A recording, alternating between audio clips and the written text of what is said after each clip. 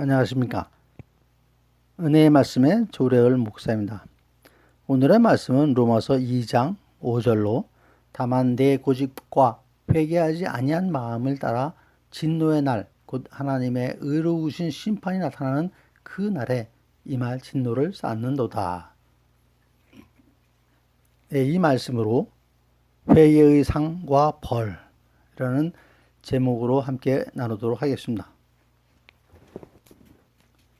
하나님께서는 요나의 전도를 듣고 회개한 니느웨 사람들에게 큰 상을 주셨습니다. 마태복음 12장 41절과 누가복음 11장 23절에 심판 때에 니느웨 사람들이 일어나 이 세대 사람들을 정죄하리니 이는 그들이 요나의 전도를 듣고 회개하였음이거니와 요나보다 더 큰 이가 여기 있으며 하셨습니다. 요나가 어떻게 하였습니까? 여호와께서 니느웨로 가서 회개하고 여호와께 돌아오도록 전하라고 하니까 이에 한 거에서 아예 반대 방향인 다시스로 가다가 물고기 뱃속에서 3일 밤낮을 보내게 된 후에 결국은 니느웨 다시 가서 사흘 동안 걸을 큰 성읍을 단 하루 만에 마쳤습니다. 여호와께서 하라고 하니까 아주 건성으로 마지못해 한 것이죠. 요나가 왜 하나님의 명령을 거부하였나요? 니느웨 사람들이 회개하면 하나님께서 용서하실 것이 싫었던 것입니다. 니느웨는 고대 아수르 제국의 수도로 메소포타미아 지방 중에서 가장 웅장한 융성한 도시였습니다. 그런 니느웨는 우상 숭배와 음행과 악행이 난무한 도시였습니다. 하지만 니느웨 사람들은 하나님을 믿고 금식을 선포하고 모두 굵은 베옷을 입고 하나님께 부르짖으며 회개하였던 것입니다. 그로 인해서 하나님께서는 그들이 악한 길에서 돌이켜 떠나는 것을 보시고 하나님께서도 그들에게 재앙을 내리지 않으신 것입니다. 에스겔 18장 30절 말씀에 너희는 돌이켜 회개하고 모든 죄에서 떠날지어다. 그러한즉 그것이 너희에게 죄악의 걸림돌이 되지 아니하리라 하십니다. 회개하면 나의 죄가 걸림돌이 되지 않는다고 하시는 것입니다. 주님께서는 우리의 회개하는 마음을 기뻐하십니다. 누가복음 15장 7절에 죄인 한 사람이 회개하면 하늘에서는 회개할 것이 없는 의인 99으로 말미암아 기뻐하는 것보다 더하리라 하셨고 10절에서는 죄인 한 사람이 회개하면 하나님의 사자들 앞에 기쁨이 되느니라 하셨습니다.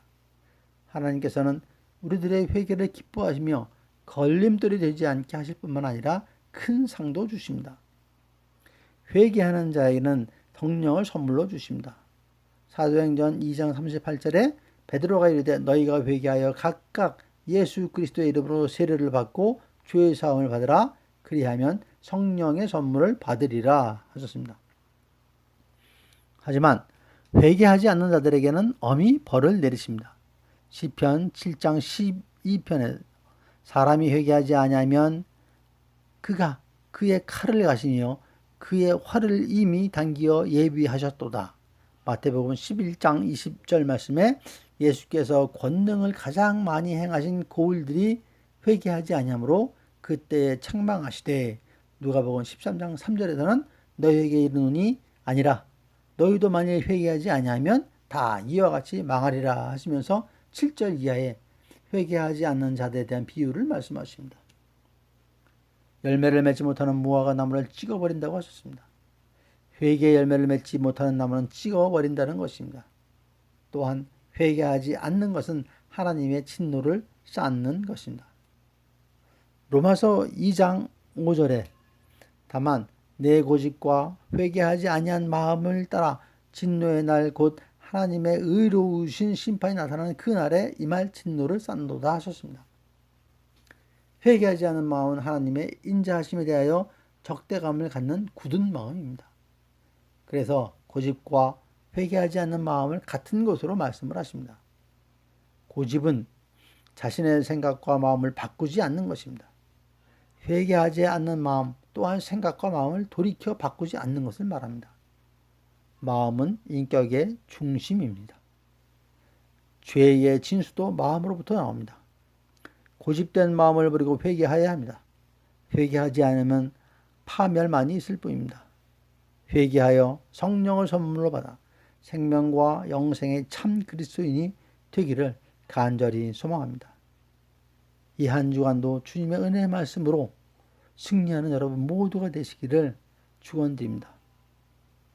감사합니다. MDMS의 조례을 목사였습니다.